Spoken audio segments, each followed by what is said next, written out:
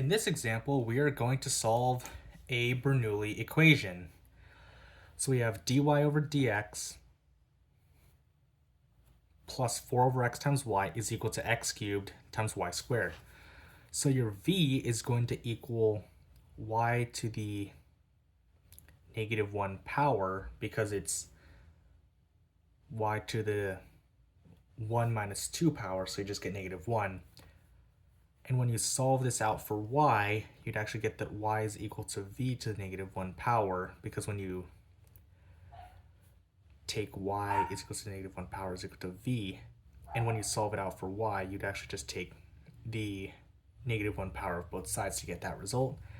And to get dy over dx in terms of v, you're just going to take the derivative of v right here, so you get negative v to the negative 2 power dv over dx. And you're always going to have this dv over dx here because since v is implicitly defined as a function of x, you're going to use the chain rule, and that's what gives you this part right here. So now you're going to substitute in all of your y terms for their respective v terms. So you're going to get negative v to the negative 2 power dv over dx plus 4 over x times y, which is v to the negative 1 power, is equal to x cubed times v to the negative 1 power squared, or really just v to the negative 2 power.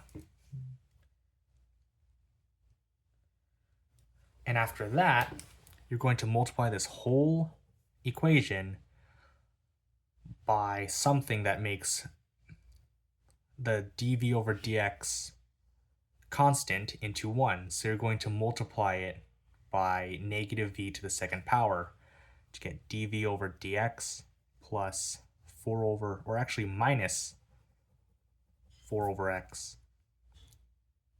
times v to the first power is equal to x cubed, or actually negative x cubed. And you're going to solve this using the linear integrating factor way. So mu of x is equal to e to the integral of negative 4 times 1 over x, in which you'd get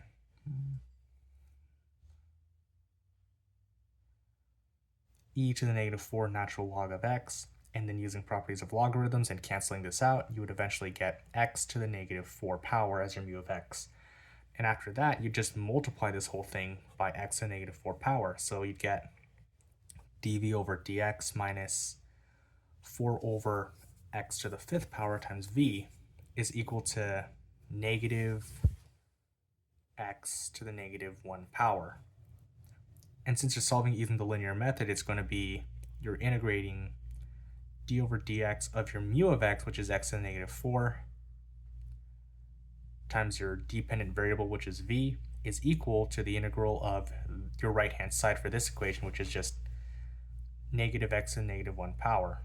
And what you'd get is x to the negative 4 times v, because remember the integral and the derivative kind of just cancel out there, and it's equal